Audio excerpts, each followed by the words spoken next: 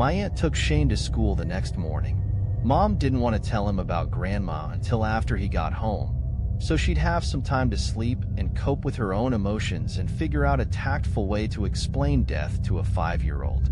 She planned and replanned the speech she'd give her son over and over, and still didn't have it down by the time Shane's grandfather, my dad's father, dropped him off at the house at 2:30. So she simply said what she felt, unsuccessfully holding back tears.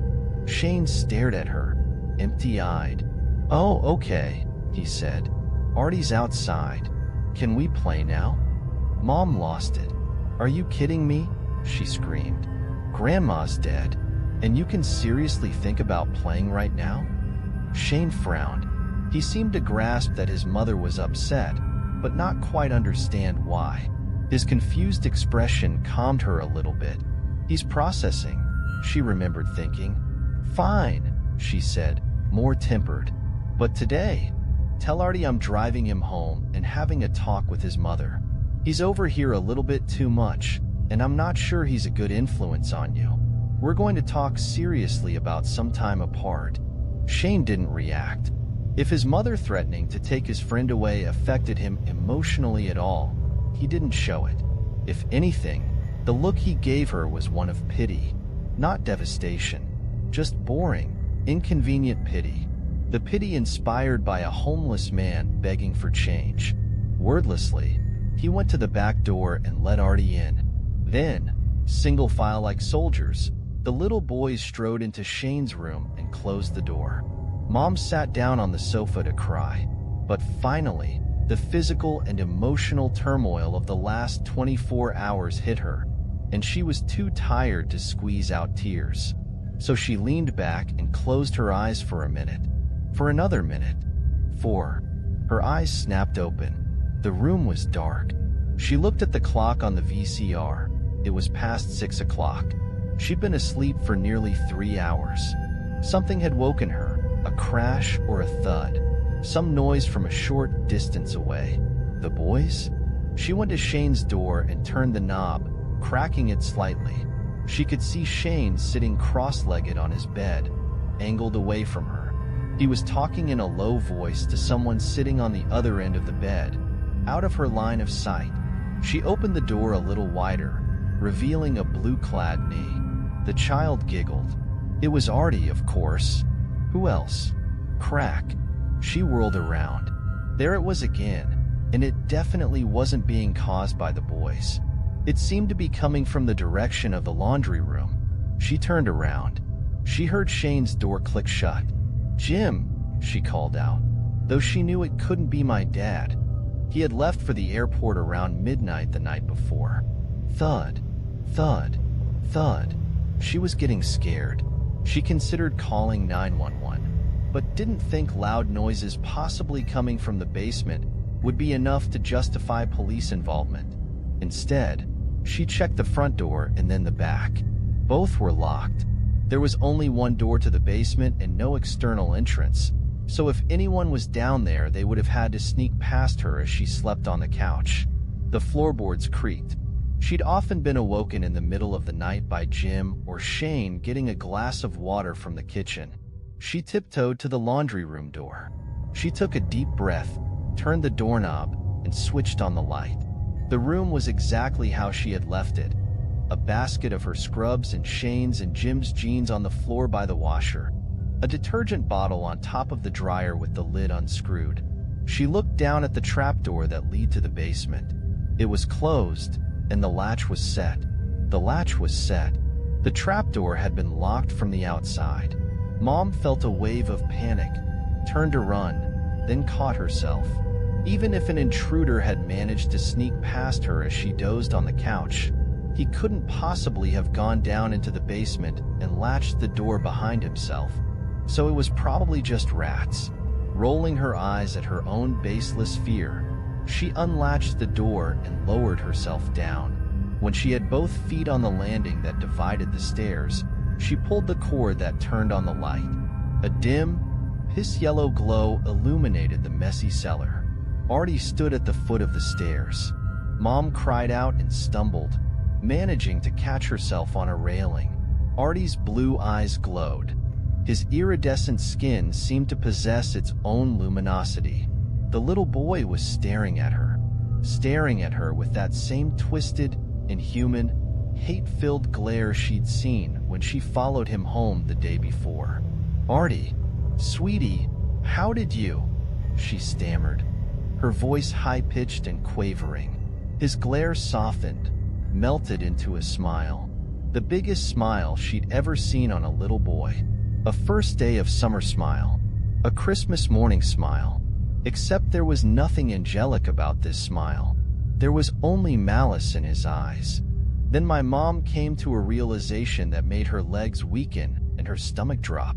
If Artie was down here, then who was Shane? Mom ran. Up the stairs, through the open trapdoor, out of the laundry room, to the bedroom of her child.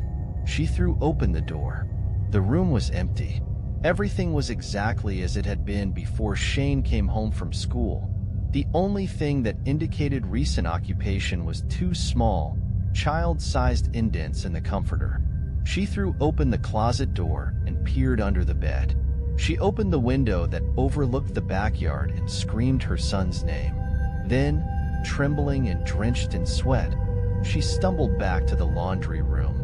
This was a joke. She was seeing things. The boys were playing a trick on her. The basement door was still wide open, and the light was on. She threw herself into the rectangular aperture and whirled around on the landing.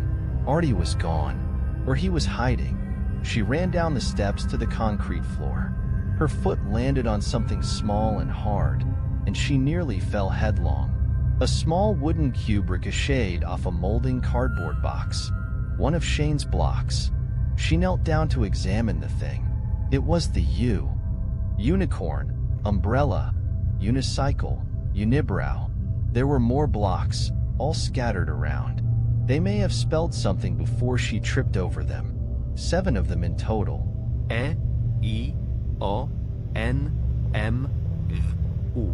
Like a child playing with Scrabble tiles, my mom sat cross-legged on the floor and stared at the letters.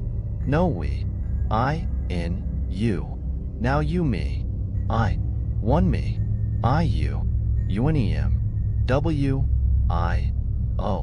Nothing. In frustration, she picked up 2 blocks, the U and M, and threw them at the ground.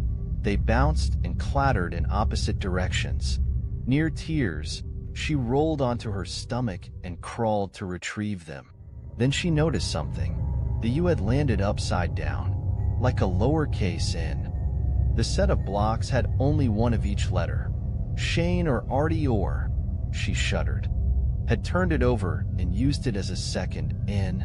Shaking like a scared animal, she lined up the blocks and started over. She figured it out in a second. Mine now, she screamed, calling Shane's name over and over. She destroyed the basement, throwing boxes aside, knocking over furniture, scouring every inch of the space. When that failed to uncover anything, she tore apart the rest of the house. She opened every door, looked under every piece of furniture, ran out the back door and made 2 rotations around the property, crying out for her child into the darkness. Finally, she called the police. They sent a patrol car over, and she told them everything. The cops were sympathetic and understanding, and, within an hour, 5 more cars were casing the area for any sign of the boys. They'd find her son, they told her. 2 little kids couldn't have gone that far. When she said she'd never once met Artie's mother, the cops seemed surprised, but assured her they'd check out the unkempt White House he'd disappeared into. The officers offered Mom a ride to her mother's house to stay with her sister. She could rest tonight, then come into the station to answer questions in the morning. In the meantime, they'd continue searching the streets and keep patrol cars outside the house, in case Shane returned. He probably would, they told her. He and his little friend probably had some fantasy of running away to Sesame Street, and would come back as soon as they got hungry or scared of the dark. The next morning, my father, who had been rushed back to Miami, arrived at the house. 1 patrol car was still there. The 2 cops assigned to keep watch told him that if he needed anything, grab it now, because in about 30 minutes his home was going to be an active crime scene. He never came out. The cops didn't hear him scream. My mom was sitting in an interrogation room with the sketch artist when she was arrested. The artist had finished a drawing of Artie. It was quite good, but there was something missing. His eyes weren't quite right, and she found she could not describe his smile. That evil, twisted smile. They cuffed her right there at the table. Bonnie Ibanez, you are under arrest for the murder of Shane Ibanez. The next few hours were a blur. She was booked, fingerprinted, photographed, all while sobbing and screaming and begging for someone to tell her what was going on. Finally, she ended up back in that same interrogation room, this time with her hands cuffed behind her back, across from a stern-looking police officer. He demanded, she cried, he yelled. She, through his threats and attempts to intimidate her, pieced together what had happened to her only child. Jimmy Ibanez, her husband, returned home at approximately 10:30 a.m. The police officers there, after checking his ID, allowed him 15 minutes to take what he needed from the house. 30 minutes later, when he didn't reappear, they went in after him. The door to the laundry room was open, the basement door was open, and the basement light was on. Jim was on the couch. Blood pooled at his feet, around a sharp kitchen knife. He'd slit his own wrists. He was dead. The cops, after they'd called the paramedics and radioed for backup, had a look around. In the family's basement, half covered by a patchwork quilt in his old crib, they'd found the stiff, ice-cold body of Shane Ibanez.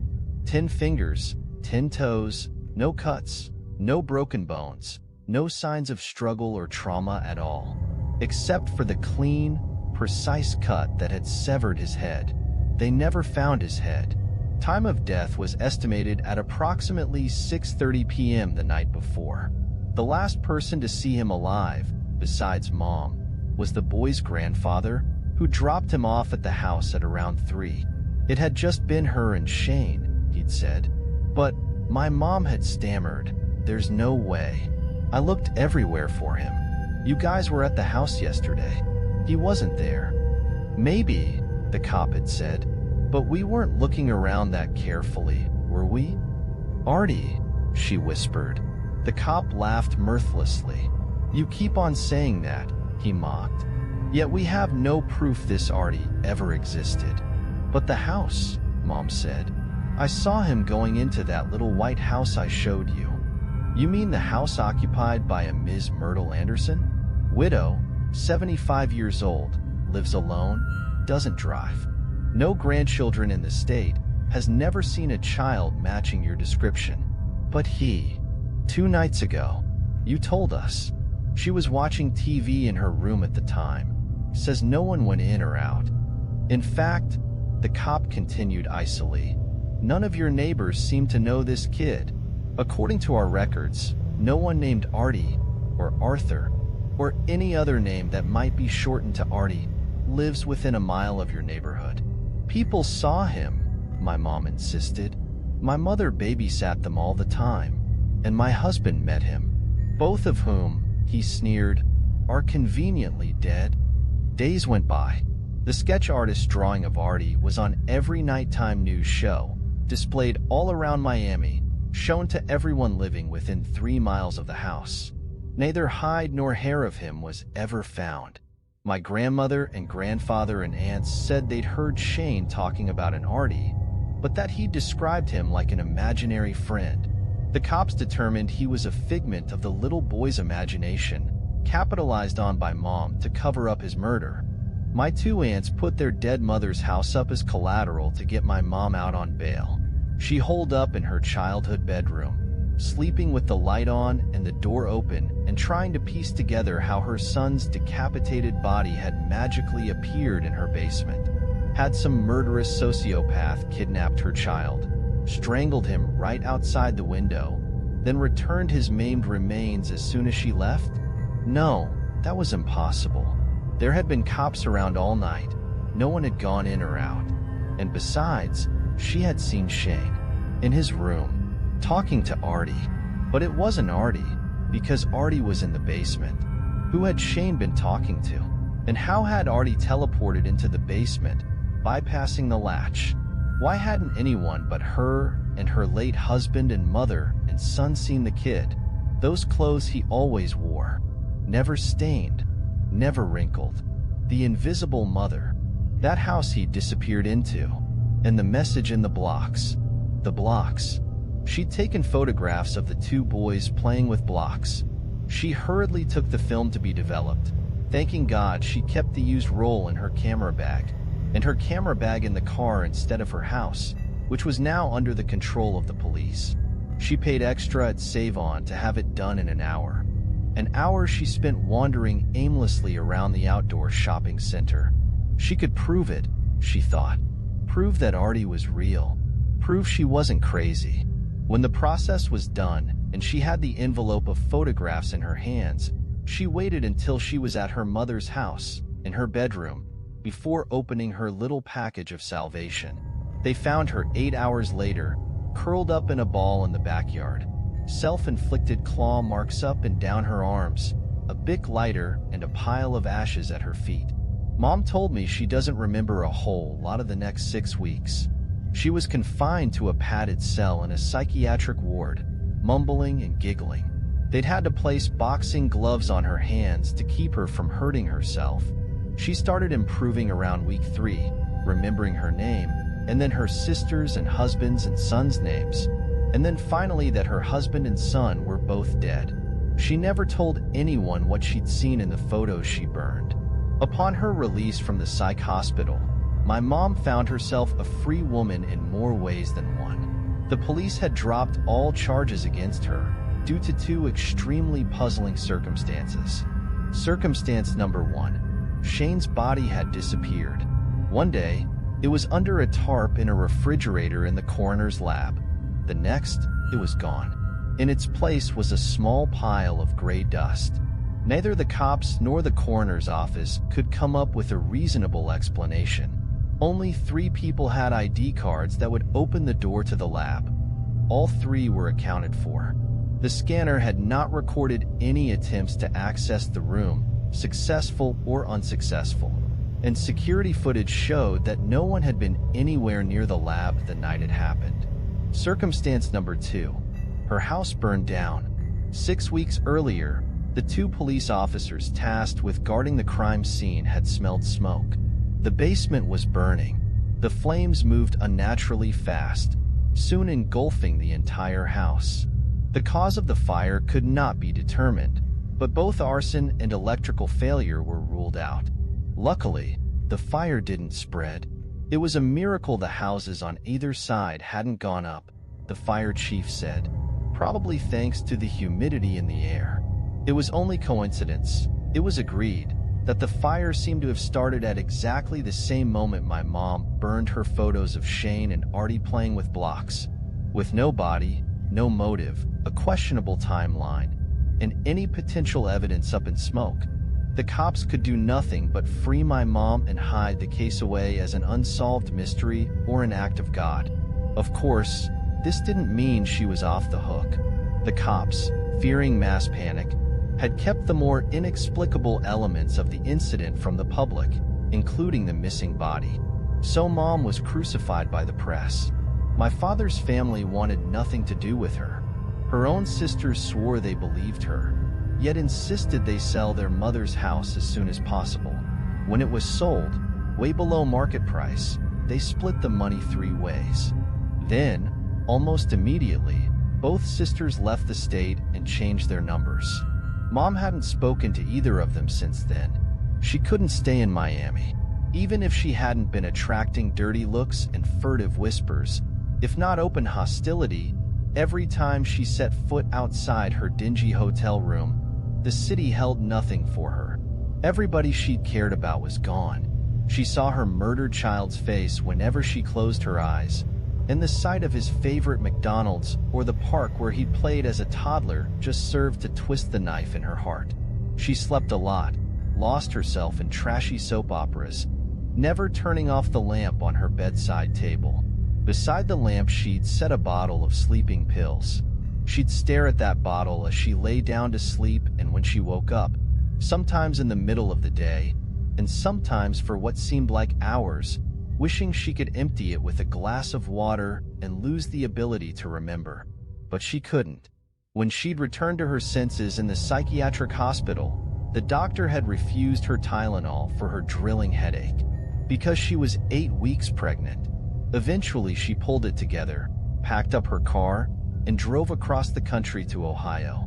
She paid a man for a fake passport and driver's license under the name Elizabeth Johnson. She found a small apartment for rent.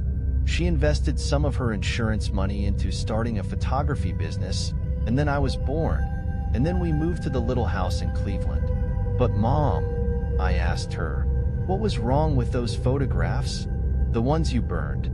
Why didn't you show them to the cops and prove Artie was real? At that, she sighed and closed her eyes. Her crow's feet darkened as the color drained from her face.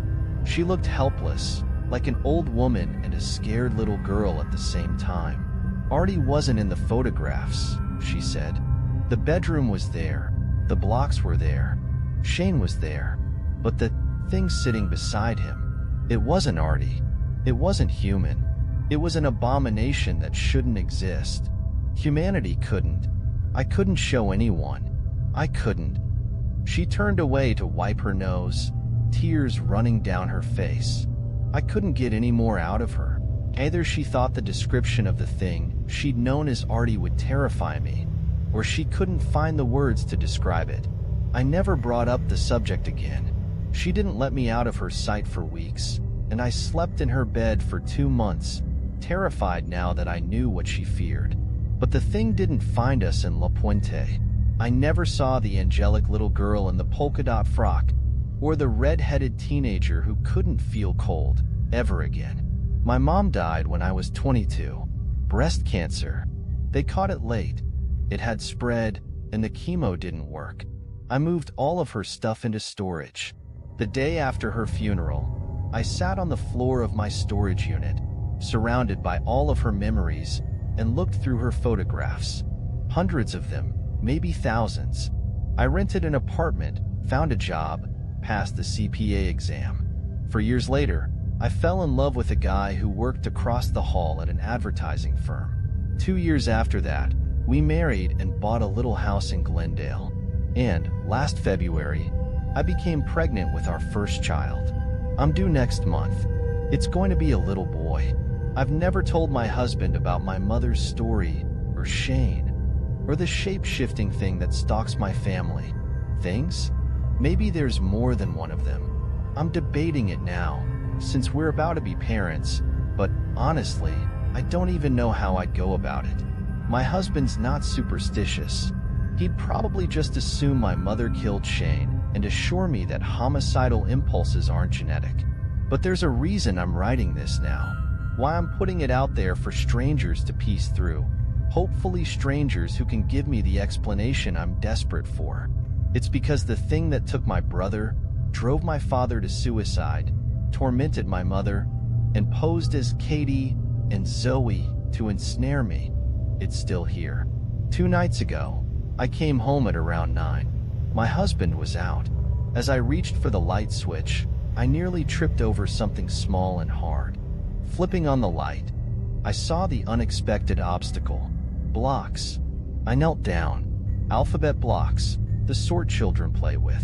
The one nearest to me was a bee, beautifully carved and finished. On 4 faces were detailed pictures: bananas, a butterfly, flowers, and a little dog, a beagle. Holding my breath, I gathered the blocks together. There were 8 of them. N-I-U-B-M-A-Y-E. All with beautiful pictures, obviously part of a set. Painted blue, red, green, or yellow. Definitely not ours. Thanks to my mom's story, I figured it out in seconds. Benjamin. The name we'd chosen for our son. We hadn't told anyone yet, not even my in-laws.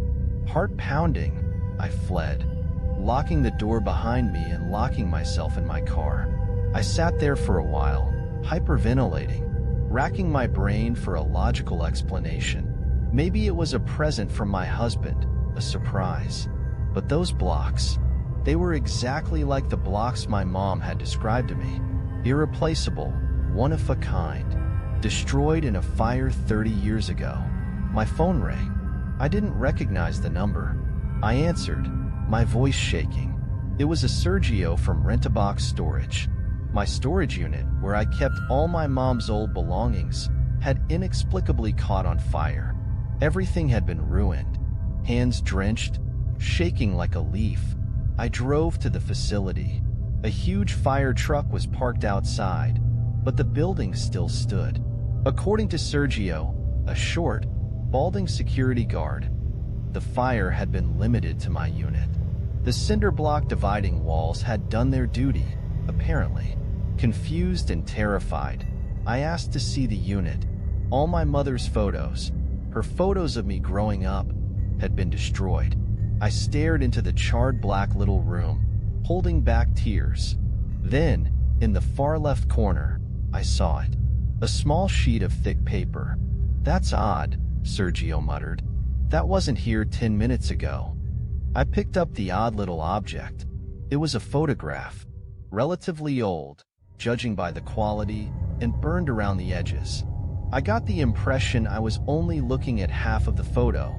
The other half had been reduced to ash. It was of a little boy playing with blocks.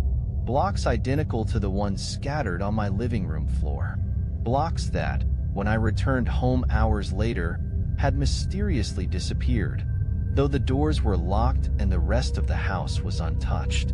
The boy was about 5 years old, dressed in high-waist shorts and the sort of t-shirt popular in the early 80s. His mop of curls, coffee-colored skin, square jaw, and large, deep-set eyes bore an uncanny resemblance to photos of me at the same age. He was smiling, laughing, looking to his right at another person depicted in the burned-out portion of the picture. An undecipherable shadow fell across him. I stared at the photo for a long moment. I knew it was Shane, and I knew the unseen entity next to him was the creature who'd posed as Artie. What I couldn't understand was how the photo had ended up here, as my mother had burned it to ashes 30 years ago, after whatever cast that shadow had driven her to insanity. The last detail I noticed, before the photo crumbled into dust in my hands, was that the blocks laid out in front of Shane spelled out a word.